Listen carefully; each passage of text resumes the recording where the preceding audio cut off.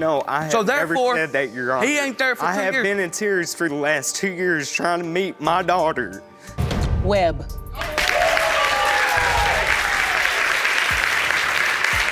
এই যে সাদা চামড়ার লোকটিকে দেখতে পাচ্ছেন, লোকটি কাঁদছে কেন বলুন তো? এই কান্নার পেছনের গল্প জানাবো আজকের ভিডিওটিতে। ভিডিওটি আপনাকে একটু বিব্রতকর অবস্থায় ফেলতে পারে, তাই অনুরোধ করব যারা 18 বছরের নিচে আছেন তারা দয়া করে ভিডিওটি অ্যাভয়েড করবেন। যাই হোক, আজকের ভিডিওর বিষয় একটি মায়ের গল্প, একটি বাবার গল্প। না, বাবা দুইজন দাবি করছে সন্তান তার, কিন্তু মা কেন এই প্রতারণা করছে বাবাদের সাথে? কে আসলে এই ছোট্ট শিশুটির বাবা, সেই গল্প তুলে ধরবো আজকের ভিডিওটিতে। ভিডিওটি সত্য গল্প। প্যাটার্নিটি কোর্টে বিচার হয়েছে এই বিষয়ে 2019 সালে। বাচ্চাটির নাম এলাইনা। বাচ্চাটির পুরো নাম এলাইনা ফরেস্ট। তার জন্ম 2016 সালে, বাট 2019 সালে এসে এই বিচার বসেছে। অন্য আরেকজন পুরুষ মানুষ দাবি করছে এই এলাইনার বাবা নাকি সে। এর নাম হচ্ছে ওয়েব, মিস্টার ওয়েব জানাচ্ছে এই সন্তান তার, কিন্তু মিস্টার ফরেস্ট বলছে এই সন্তান তার। আসলে এই মেয়েটির বাবাকে, এই দ্বন্দ্বে কে জিতবে, কে সত্যকার বাবা, কে তাদের সাথে বিশ্বাসঘাতকতা করলো, শুধু তাদের সাথে নয় বাচ্চার সাথেও কেন বিশ্বাসঘাতকতা করতে হলো, সব তথ্য জানাবো খুবই ছোট্ট করে। ভিডিওটি যখন সামনে এসেছিল বা ভিডিওর কন্টেন্টটি যখন আমি প্রথম পেয়েছিলাম, অনেকটা সময় নিয়ে ভেবেছি যে ভিডিওটি বানাবো কি বানাবো না। ভিডিওটিতে অনেক নেগেটিভ কথাবার্তা আছে, কিন্তু তবে অনেক ভাবাভাবির পরে মনস্থ করেছি না, বিষয়টি নেগেটিভ না, বিষয়টিকে একটু অন্যভাবে চিন্তা করেছি। আমি জানানোর চেষ্টা করেছি একজন প্রতারণাকারী মায়ের সম্পর্কে গল্প, একজন বাচ্চাকে কিভাবে ধোঁকা দেওয়া হচ্ছে সেই গল্প। যাই হোক, ঘটনাটি ছোট্ট করে আপনাদের বলি। এখানে দেখতে পাচ্ছেন দুইজন ব্যক্তি, এনার নাম হচ্ছে মিস্টার ওয়েব এবং এনার নাম হচ্ছে মিস্টার ফরেস্ট।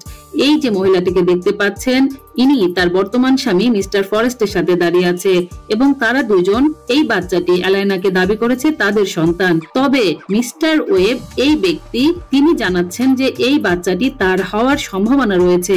তিনি বলতে চাচ্ছেন তিনি তার প্রকৃত বাবা, অর্থাৎ বায়োলজিক্যাল ফাদার। মিস্টার ওয়েব যতবার এলাইনার বাবা হিসাবে স্বীকৃতি চেয়েছে ততবারই এই মহিলা তাকে অস্বীকৃতি জানিয়েছে, তাকে স্পর্শ করতে দেয়নি, তাকে দেখা করতে দেয়নি।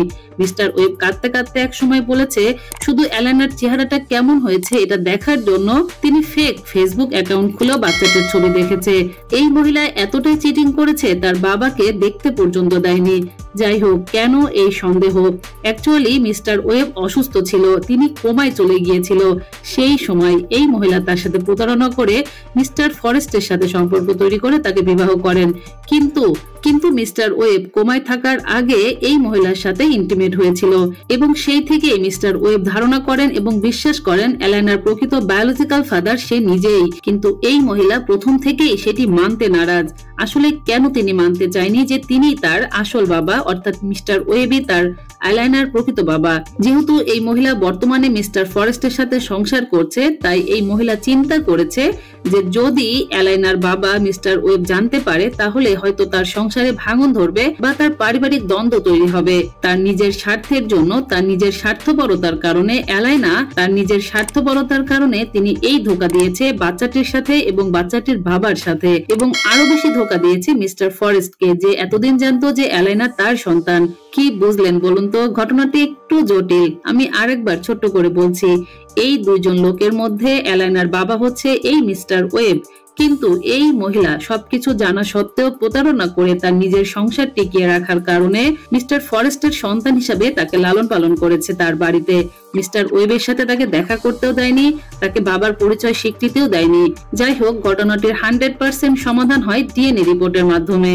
প্যাটার্নিটি কোর্টের এই বিচারক অনেকটা উত্তেজিত এবং ক্ষোভ নিয়ে এই মহিলার দিকে অনেক কথা বলেন। এই বিচারক এই মাকে বলেছেন তিনি একজন প্রতারক, তিনি একজন চিটার। তিনি শুধু তার স্বামীর সাথে প্রতারণা করেনি, প্রতারণা করেছে তার প্রাক্তনের সাথে, এই বাচ্চাটার সাথে। ডিএনএ রিপোর্টের ফলাফল আসে মিস্টার ওয়েব হচ্ছে এলাইনার বায়োলজিক্যাল ফাদার। এই কথা শোনার পরে মিস্টার ওয়েবের চোখের পানি সে কিছুতেই ধরে রাখতে পারেনি। তার এই কান্না ভেজা খুশি সবার মনকে দোলা দেয় এবং সবাই আবেগপ্রবণ হয়ে পড়ে। যাই হোক, এইরকম স্বার্থপর এবং প্রতারক মা সম্পর্কে জেনে আপনার কি অনুভূতি অবশ্যই একটি কমেন্টে জানিয়ে যাবেন। ওকে, এই পর্যন্ত যারা ভিডিও দেখলেন, যদি ভিডিওটি ভালো লেগে থাকে একটা লাইক করে দিতে পারেন, চ্যানেলটি সাবস্ক্রাইব করে দিতে পারেন বোন হিসাবে। আর যারা ফেসবুক পেজ থেকে দেখছেন একটা ফলো দিতে ভুলবেন না। আর একজন জঘন্য মায়ের গল্প আছে উপরের আই বাটনে, দেখে নিতে পারেন, আশা করি ভালো লাগবে। সবাই ভালো থাকবেন, সুস্থ থাকবেন, আর হ্যাঁ, যেখানে সেখানে ময়লা ফেলবেন না, পরিবেশ দূষণ করবেন না। আল্লাহ হাফেজ, আসসালামু আলাইকুম।